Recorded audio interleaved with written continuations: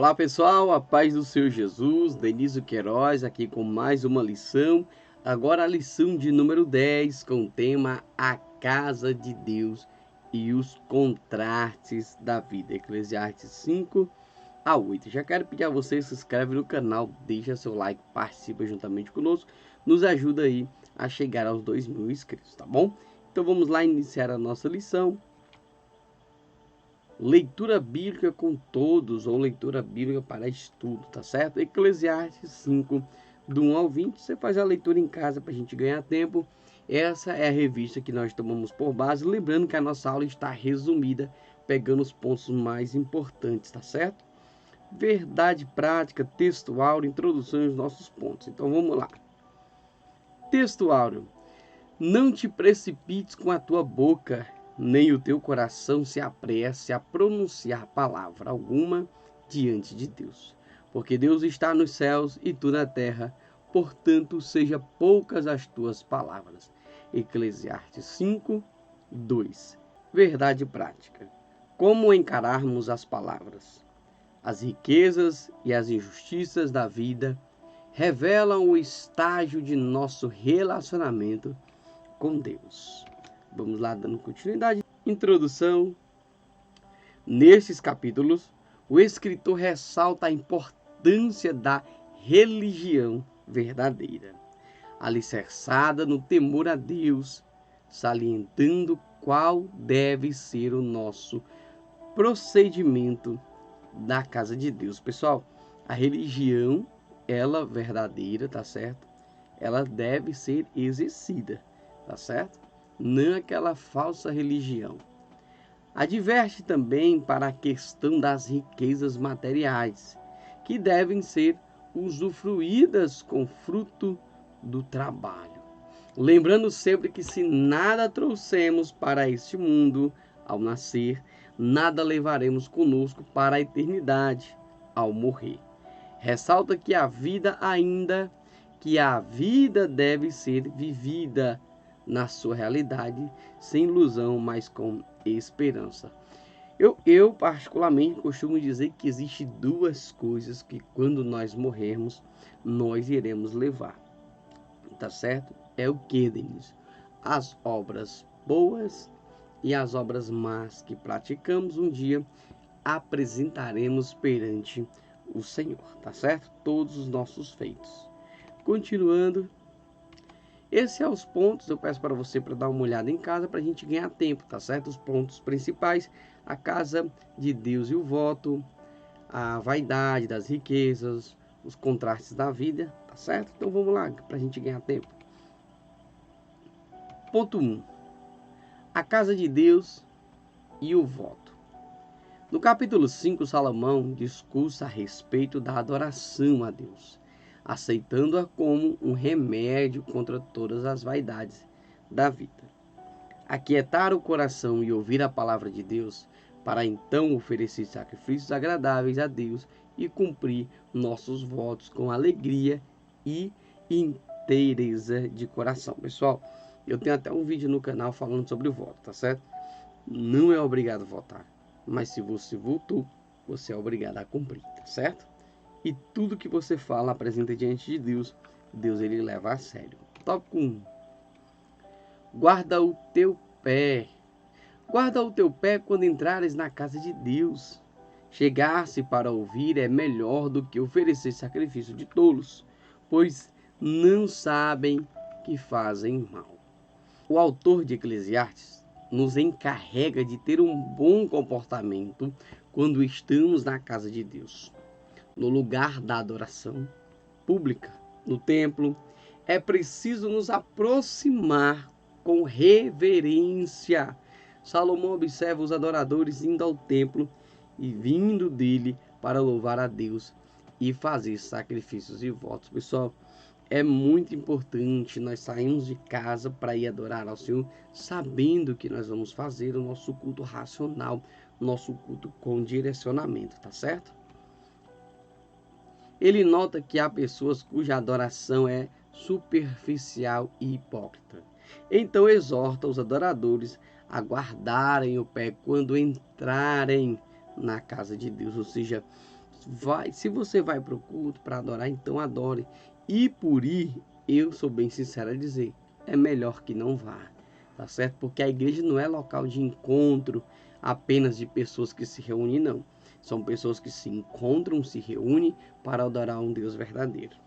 Significa que essa aproximação precisa ser feita com compostura, reverência e temor. A adoração a Deus não pode ser feita sem reflexão e sem reverência ainda nos dias de hoje, pessoal. Ou seja, o que ele está dizendo? Eu tenho que saber o que é que eu estou fazendo ali e tenho que respeitar aquele local, aquele momento que é a casa de Deus, tá certo? Ponto 2. Palavras precipitadas. Não te precipites com a tua boca, nem o teu coração se apresse a pronunciar palavra alguma diante de Deus. Porque Deus está nos céus e tu na terra, porquanto seja poucas as tuas palavras. Bem interessante, ele vai já explicar aqui o sentido dessas poucas palavras, tá certo, pessoal? Não está impedindo de orar, de buscar a Deus, pelo contrário. Os exercícios religiosos não são vãos, mas se nós não os administrarmos bem, eles se tornarão vaidade para nós. Assim devemos praticá-los com toda a sinceridade e cuidado possível. Guardar o teu pé, não fique afastado da casa de Deus, nem vás lentamente adiante, como alguém relutante em se aproximar de Deus. Mas preste atenção no teu agir, reflete sobre o caminho dos teus pés, para que tu não des passo em vão. O que ele está dizendo? Toda vez que você vai sair de casa para ir à igreja, ao templo, adorar a Deus, essas tuas caminhadas elas não sejam vãs. Tu tem que saber o que tu está indo fazer. O que é que eu vou fazer da igreja? Tem pessoas que estão dentro do templo voando, sem saber nem o que fazer. O autor está ensinando a necessidade de ter uma compreensão prática do temor de Deus. Também é necessária a submissão a Deus. Em oração é necessário ter uma atitude cuidadosa. Isso não quer dizer que a oração não deve ser espontânea ou que uma ou sessão escrita previamente deve ser usada, mas ensina que deve haver consideração sobre como falamos com Deus. A linguagem empregada deve ser a mais reverente possível, pessoal. Nós temos que ter muito cuidado quando vamos orar a Deus, com o que nós vamos falar, que nós vamos apresentar a Ele, sem faltar com respeito, sem desmerecer Deus, porque tem pessoas que oram, eu já vi pessoas dizendo, olha, exige de Deus, coloque Deus na parede. Isso não existe. Nós somos os servos e Ele é o Deus, tá certo? Então é Ele que decide todas as coisas.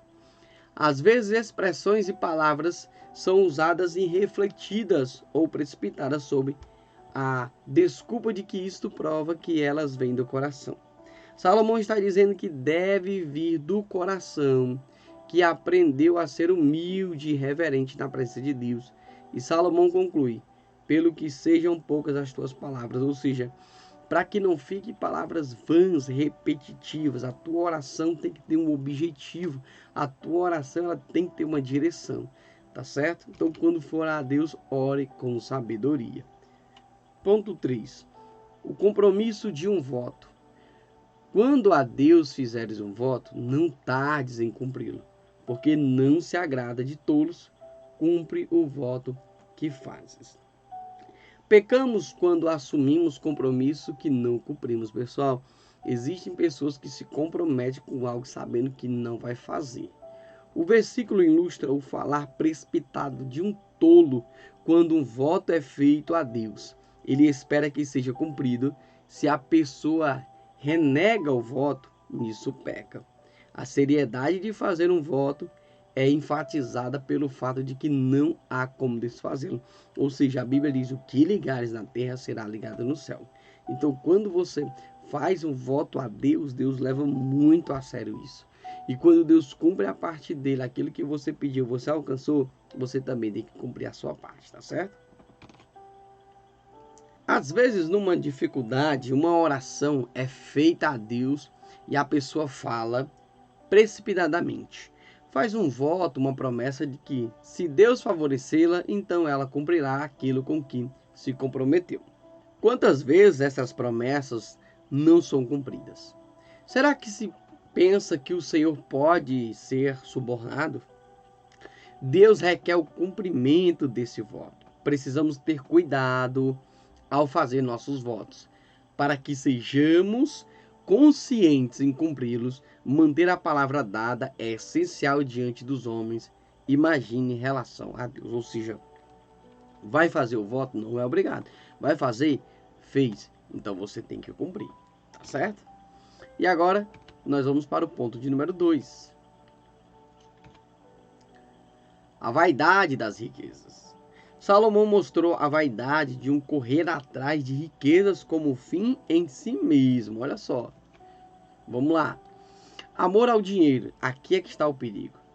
Quem ama o dinheiro jamais dele se farta, e quem ama a abundância nunca se farta da renda. Também isto é vaidade, ou seja, aqui já há uma advertência. Ter dinheiro não é proibido, pessoal.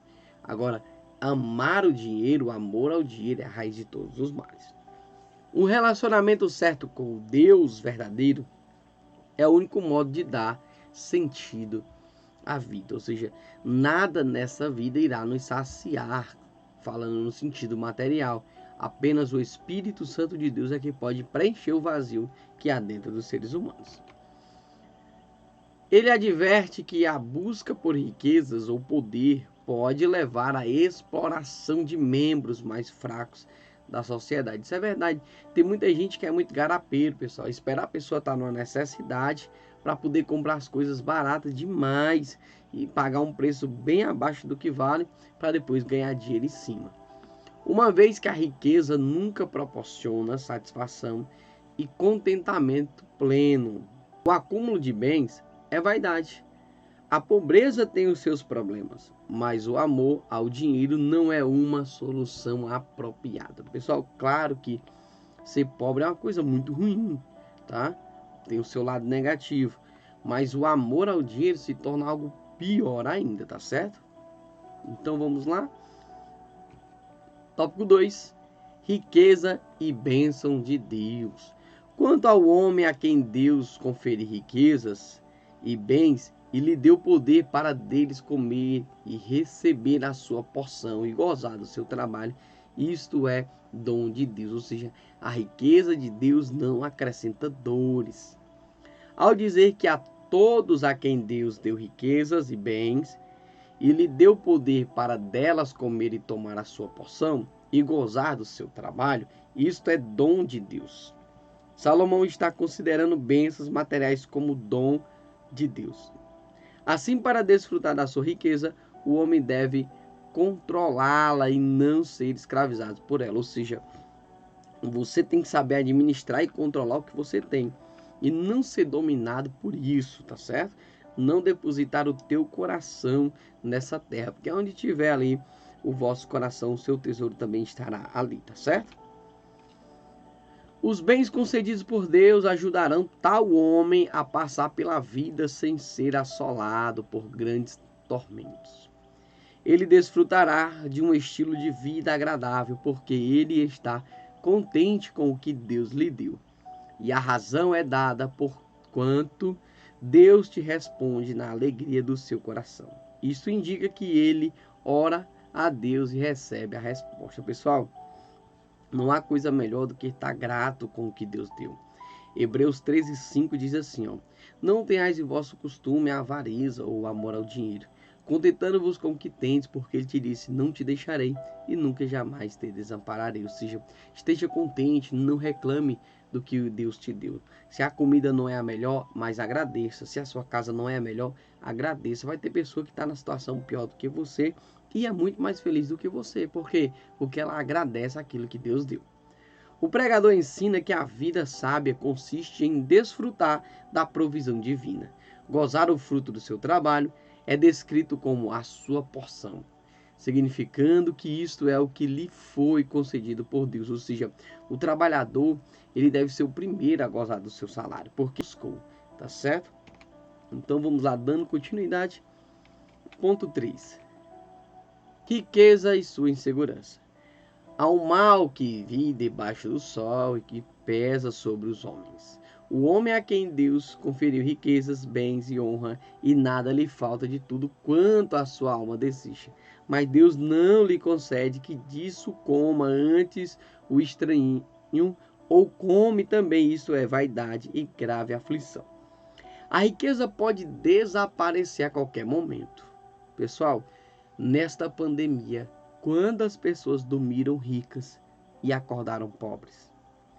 Riqueza e honra não garante a alegria ou prazer na vida toda. O homem a quem Deus conferiu todas as bênçãos dessa vida tem razão abundante para servir a Deus com alegria e satisfação de coração. Quanto bem Deus fez a ele e deu a ele riqueza e honra. Ou seja, as bênçãos do Senhor, como eu já falei, não acrescenta dores. Então, você vai ter motivo de sobra para desfrutar daquilo que Deus te dá com muita alegria, sem precisar pegar nada de ninguém. Riquezas, fazenda e honra são dons de Deus, os dons da sua providência. Eles são dados para muitas pessoas que, infelizmente, não fazem bom uso deles. Infelizmente, tem pessoas que não sabem valorizar as bênçãos que Deus dá. A providência é tão liberal que a pessoa tem tanto quanto seu coração pode desejar. Mas às vezes ela não deseja a graça para a sua alma, por isso continua insatisfeita e sem paz. A não ser que haja riqueza na alma, os homens, ainda que cheios de riqueza material, nada leva desta vida, vão para o túmulo de mãos vazias. Ou seja, tudo vai passar e vai ficar aqui, apenas as suas obras é que irão te acompanhar, quer sejam boas, quer sejam mal. Então reflita qual tipo de obra você tem praticado até aqui, tá certo? Então vamos lá, agora nós vamos para o ponto de número 3. Os contrastes da vida. Tópico 1. Prosperidade e adversidade. O que é prosperidade? Prosperidade é a ausência de necessidade, tá certo?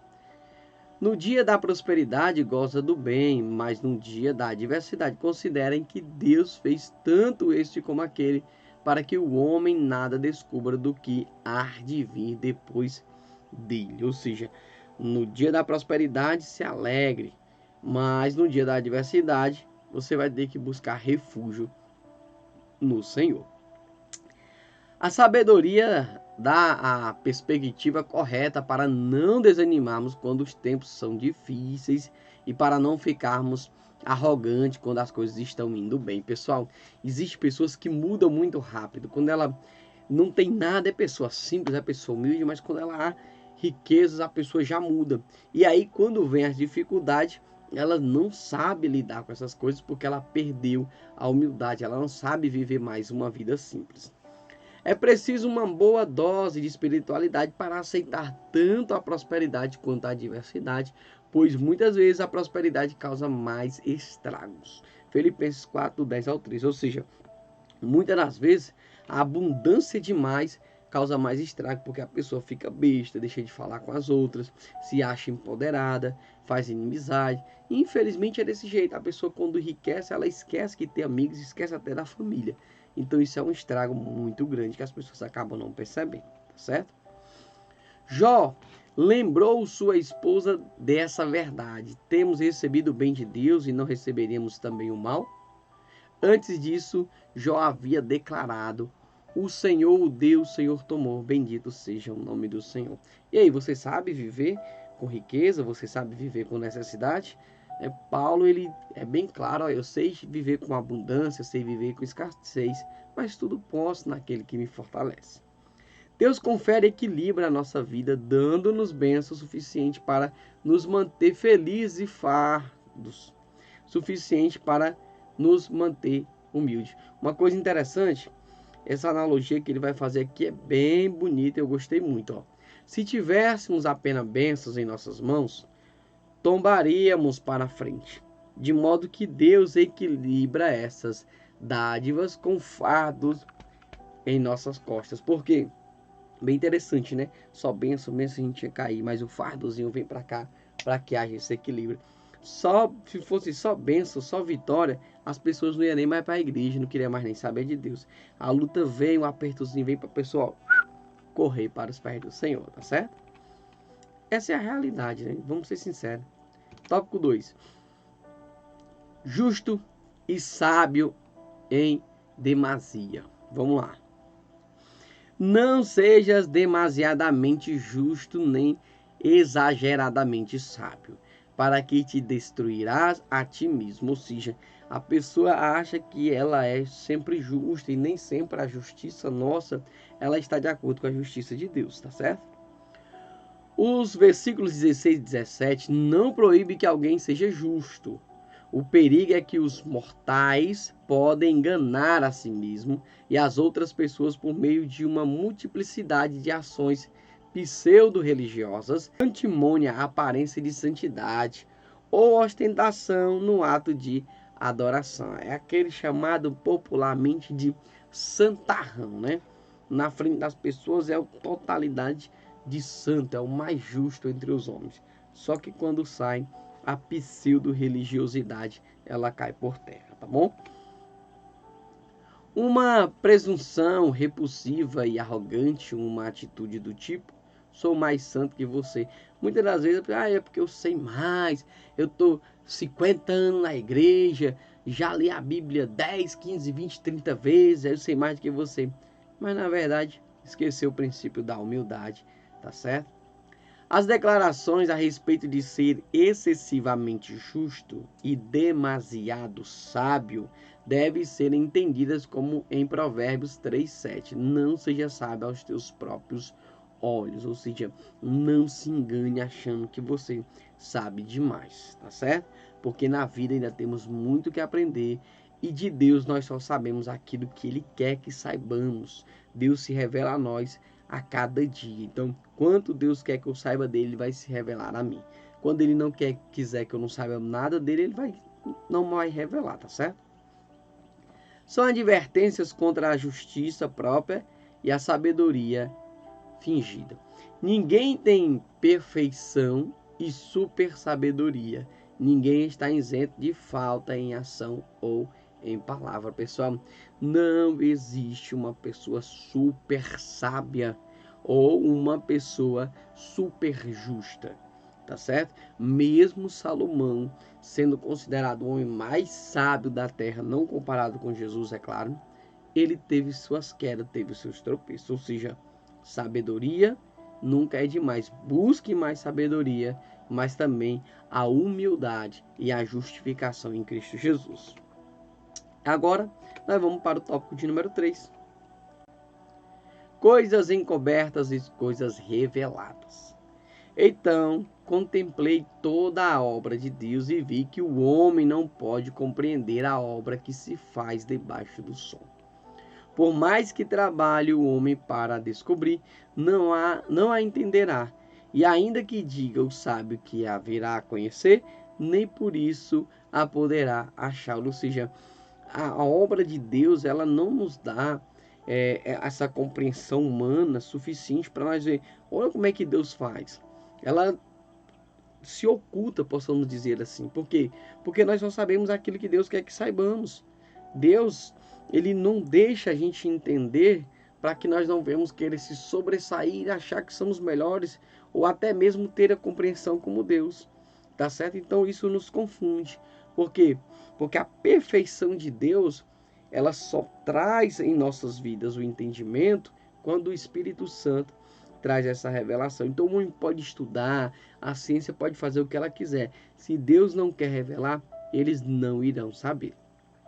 A pessoa que pensa que sabe tudo está fadada a sofrer decepção neste mundo, ao longo de dias e de noite insônios. O pregador aplicou-se com diligência aos mistérios da vida. Concluiu que o homem não pode compreender a obra que se faz debaixo do sol. Por exemplo, pessoal, o sol está lá pegando fogo, aquela coisa mais linda durante o dia. De repente o tempo fecha e cai um temporal. Como é que se explica isso? Não dá para entender. Uma hora tá sol, outra hora a chuva vem. Isso é de Deus. De repente a chuva some e o sol já vem com toda a força de novo. Ou seja, é Deus mostrando que está no controle de tudo. As coisas encobertas pertencem ao Senhor nosso Deus, porém as reveladas nos pertencem a nós e a nossos filhos para sempre, para que cumpramos todas as palavras desta lei. Deus não espera que tenhamos conhecimento do incompreensível, mas espera que aprendamos tudo o que podemos e que obedeçamos aquilo que ele nos ensina. A Bíblia vai dizer: não vos estribais ou estribeis em vosso conhecimento, ou seja, não queira saber além daquilo que Deus quer que você saiba, apenas obedeça a sua palavra.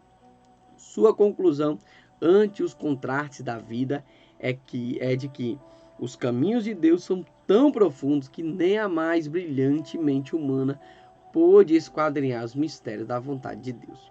Assim, não é pela lógica, mas pela fé que o propósito de Deus pode ser entendido e aceito. Tudo isso é uma questão de fé. A Bíblia não é um livro comum, não é um livro natural. A Bíblia é um livro espiritual que, para que eu tenha compreensão, para que eu tenha entendimento, eu preciso que o Espírito Santo traga luz ao meu entendimento. E como é que eu faço isso? Através da fé, porque a fé vem pelo ouvir e ouvir a palavra de Deus, tá certo? Agora nossa aplicação pessoal tá acabando já. Deus confere equilíbrio à nossa vida, dando-nos bênçãos suficiente para nos manter felizes e fardo suficiente para nos manter humildes. Isso ajuda a nos mantermos firmes e a confiarmos no Senhor. Ele pode transformar fardos em bênçãos. Ou seja, pessoal, se nós confiarmos no Senhor inteiramente, o Senhor suprirá de todas as nossas necessidades. A Bíblia diz o seguinte: humilhai-vos debaixo da potente mão do Senhor, e ao seu tempo ele vos exaltará, certo? E agora perguntas e respostas rapidinho. Pergunta de número 1, explique como você entende o texto de Eclesiastes 5. A resposta é um texto livre, tá certo? Como pode ser a reação de um homem sábio oprimido por muito tempo? Qual seria a resposta do 2? Falar e agir de forma contrária à de costume, reclamações contra Deus e o homem. Fazer uso de meios ilegítimos e desornados para avaliar a si mesmo. E 3, pessoas de bem podem sofrer e enfrentar calamidades na vida? Sem dúvidas, lógico que sim, pessoal. Todos nós podemos a qualquer momento sofrer, passar por um sofrimento. Por que não? A Bíblia diz assim, olha: eu vos escrevo isso para que tenha paz. No mundo tereis aflições, mas tende bom ânimo, porque eu venci o mundo. Isso é palavra do Senhor Jesus. Se ele disse que estava escrevendo para que viemos ter paz, porque com certeza as aflições elas viriam, tá certo? Mas a Bíblia diz: vinde a mim todos que estáis cansados e sobrecarregados, que eu vos aliviarei. Jesus tem um consolo para a tua alma, tá certo? Que Deus em Cristo Jesus abençoe e vos guarde. E até a lição de número 11, se o Senhor nos permitir.